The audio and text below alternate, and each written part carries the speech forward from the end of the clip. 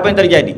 Ternak mereka berangkat dalam keadaan lapar, pulang pun dalam keadaan lapar. Artinya memang itu keberkahan diberikan hanya kepada keluarga Halimah Asy-Sya'diyah. Nah, seperti itulah dia di dalam pemeliharaan itu.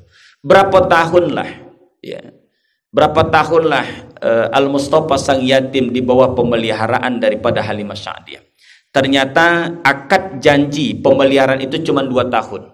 Nah, ini menjadi konsep di dalam Islam, menyapih anak itu selama 2 tahun. Menyusui anak itu selama 2 tahun. Itu maksimal lah itu ya. Itu sudah maksimal. Artinya ketika sang anak bayi lahir itu disapih.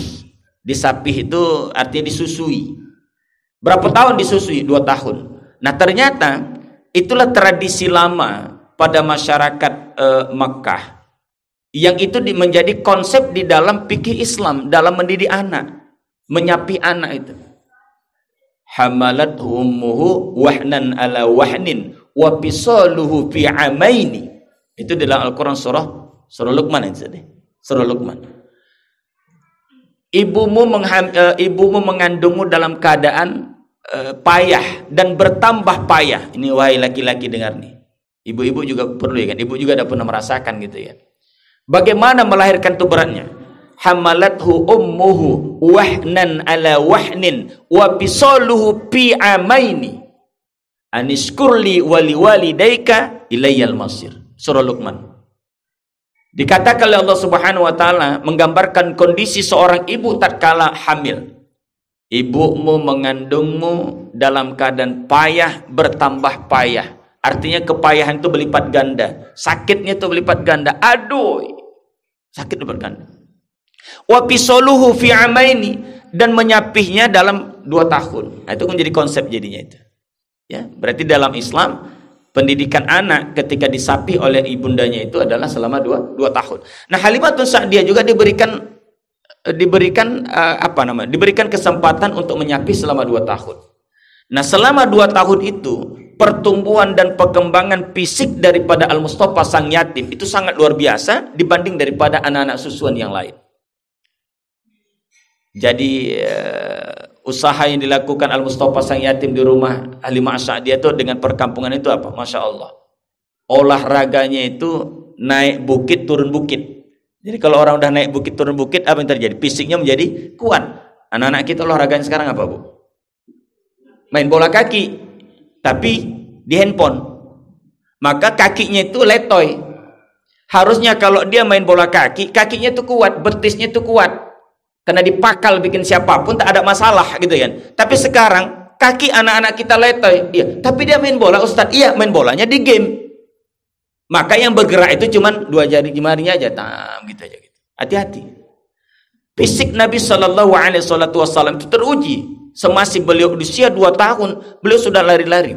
Bahkan di usia seperti itu, beliau sudah diajarkan berkuda. Al-Mustafa sang yatim sudah piawai berkuda. Anak kita 2 tahun, tak ada kuda Ustaz, kudu-kuduan lah gitu kan. Kudu-kuduan.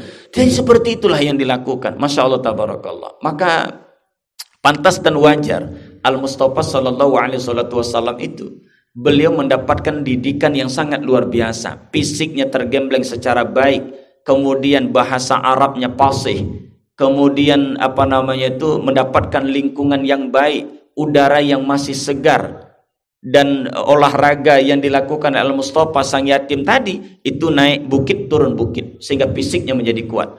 Nanti tak ayal ketika nanti berangkat ketika masa nubuwah, tatkala Nabi Shallallahu Alaihi Wasallam mendapatkan tekanan yang begitu luar biasa dari musyrikin Mekah, beliau ada berangkat ke Taif. Jarak antara Taif ke Mekah itu 70 km lebih kurang. 70 km itu jalan kaki.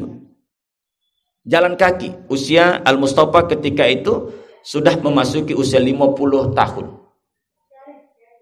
Jalan kaki. Masya Allah. Nah, ini menjadi pendidikan mahal untuk kita sekarang, di abad sekarang ini. Abad gadget hari ini.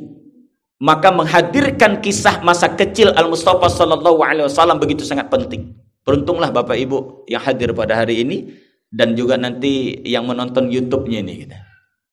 Karena mereka mendapatkan itu, ternyata konsep pendidikan terbaik yang pernah ada di muka bumi itu ada pada masa Nabi. Tidak ada yang lain. Kurikulum hari ini tak membuat orang itu menjadi cerdas dan tak juga membuat orang menjadi solih. Ini kurikulum kita hari ini. Bagaimana kurikulum yang menghasilkan, memproduksi anak-anak yang soleh dan anak yang cerdas? Ini kurikulum Nabi. Kurikulum inilah yang mesti kita hadirkan di rumah tangga kita masing-masing. Sebagai seorang ayah, sebagai seorang ibu. Ketika sang anak, ketika dalam keluarga itu mendapatkan ibu yang solih, meskipun ayahnya bejat sekalipun, ada harapan mendapatkan anak yang solih.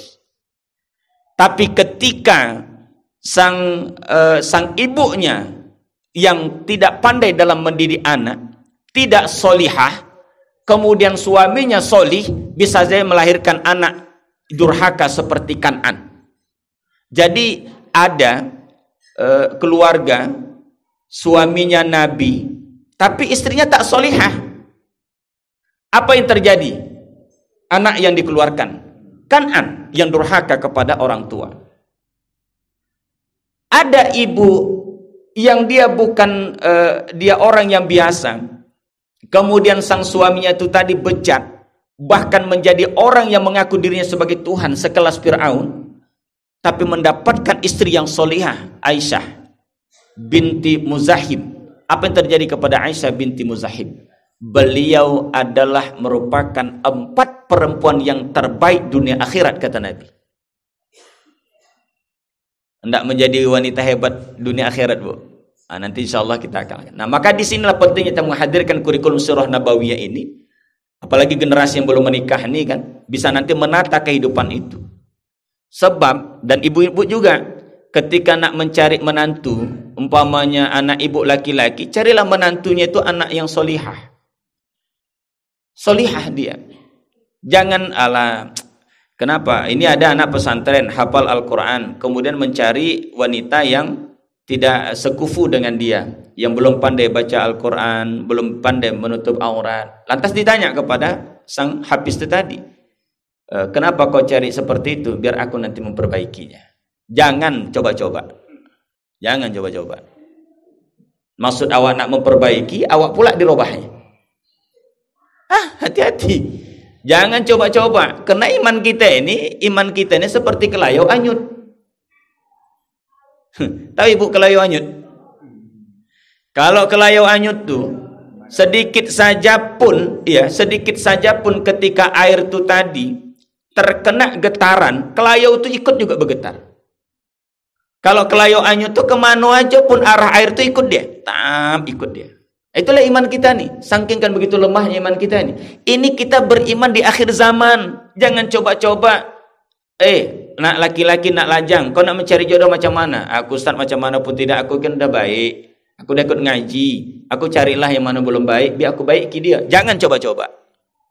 Karena menikah itu bukan sesuatu yang dicoba-coba. Carilah yang solihah. Setidak-tidaknya bisa bersama-sama. Kenapa? Karena kita melahirkan generasi, bukan melahirkan robot.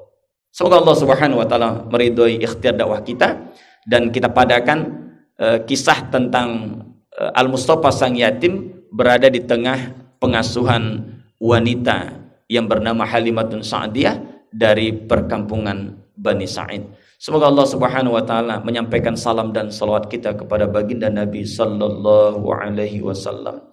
Allahumma shalli ala sayyidina Muhammad wa ala ali sayyidina Muhammad. Demikian kajian kita pada subuh menjelang pagi ini. Semoga Allah Subhanahu wa taala melimpahkan rahmat dan karunia kepada kita, mengangkat segala penyakit yang ada pada orang yang sakit, pada tubuh orang yang sakit, melapangkan ketika ada saudara-saudara kita dalam keadaan sempit, dan memberikan jalan keluar bagi orang-orang yang belum mendapatkan jalan keluar. Amin ya rabbal alamin. Mari sama kita tutup doa kafaratul majelis. Subhanakallahumma bihamdika asyhadu an la ilaha illa anta astaghfiruka wa atubu ilaik. Nasrun minallah wa fathun qarib wa basyiril mu'minin. Billahi taufiq wal hidayah. Wassalamu alaikum warahmatullahi wabarakatuh.